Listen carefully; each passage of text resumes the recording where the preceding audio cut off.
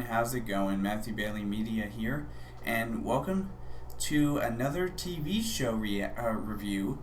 And this time it is going to be on an animated show that recently just finished up its first season. I say its first season because it's been confirmed that it's going to have at least 3 seasons altogether. So I'm really looking forward to when the second season comes out. But when it comes to reviewing the first season, this is my review on the animated show Your Friendly Neighborhood Spider-Man. It just started airing its first 2 episodes out of 10 back in January. Excuse me.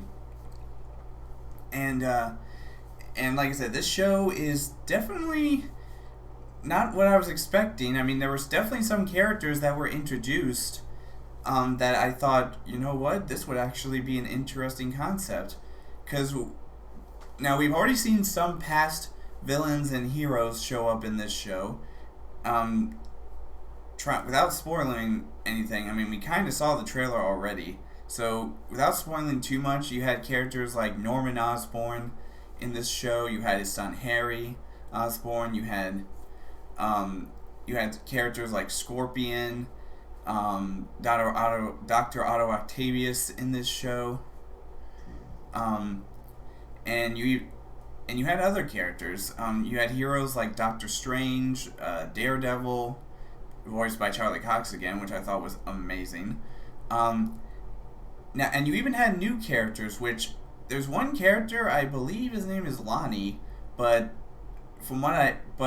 based on how the show ended with his character arc, I realized, wait, could this be the character he's actually been this whole time? And it was sort of telling his story, and I gotta admit, I was pretty surprised with the way they revealed his character.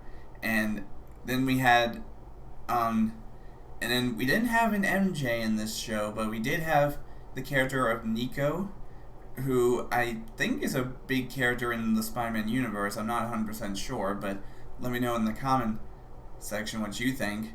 And we had another person who was apparently a babysitter to Peter when he was younger. And now I will say though, this show, I know they race swapped both Norman and Harry Osborn. Those were the only ones they actually race swapped technically in the universe. And then they did gender swap one character, but she's not as big in the show as people were thinking. The only people that were big that had some controversy was Norman and Harry. But I will admit though, the way that they portrayed the characters in this show, I thought was pretty good. I mean, and the way they ended the show with their characters was also pretty good. And I gotta say, I'm actually really looking forward to Season 2 and Season 3 of Spider-Man. And I will admit, the way that they did this show, trying to tie it into the MCU in a way, even though that's not in the same universe, obviously. It's a different universe, because how else could you explain Norman being the one to meet Peter at his apartment instead of Tony Stark? However, Tony Stark was in this show, but for a brief moment, as Iron Man. And like I said, you have different story elements for this show, and I gotta say, this was a lot better than I thought it was gonna be. I'm not gonna lie. If I had to be honest, this show was actually better than Agatha All Along, in my opinion. And I don't remember. I think I gave that show a 3.5. I think, but I'll have to double check it. But with this show, it was definitely better than I could have anticipated.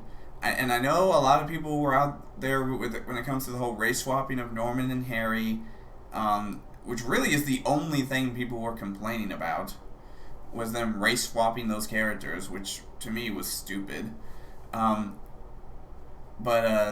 the way they were portrayed, especially Norman Osborn, was amazing. But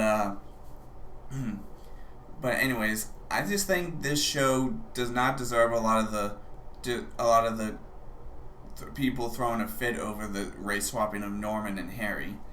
Harry, the way he was portrayed in parts of the show, I can understand why some people were not too thrilled with his character, but with Norman, it wasn't even close to that. So I gotta admit, I'm a little excited and also kind of nervous to see how season 2 ends up going, but we'll see how things play out.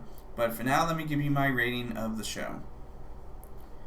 So, like I said, for my rating of the show, I definitely think it was better than Agatha All Along, which was the last show. Actually, I take that back. What If Season 3 was the last show to come out?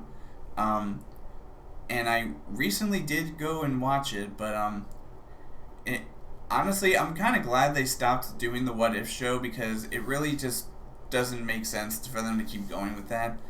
And I know it's part of the multiverse saga, so I can understand that. But with this show, I'm going to give Your Friendly Neighborhood Spider-Man a 4 out of 5. Yep, 4 out of 5. So I thought it was definitely a much better film than I thought it would be. But aside from that, I'm hoping the next show that's coming out from Marvel is Daredevil Born Again. And if you saw my trailer reaction for that show, I am extremely excited for that. So anyways, I will see all of you guys in the next video.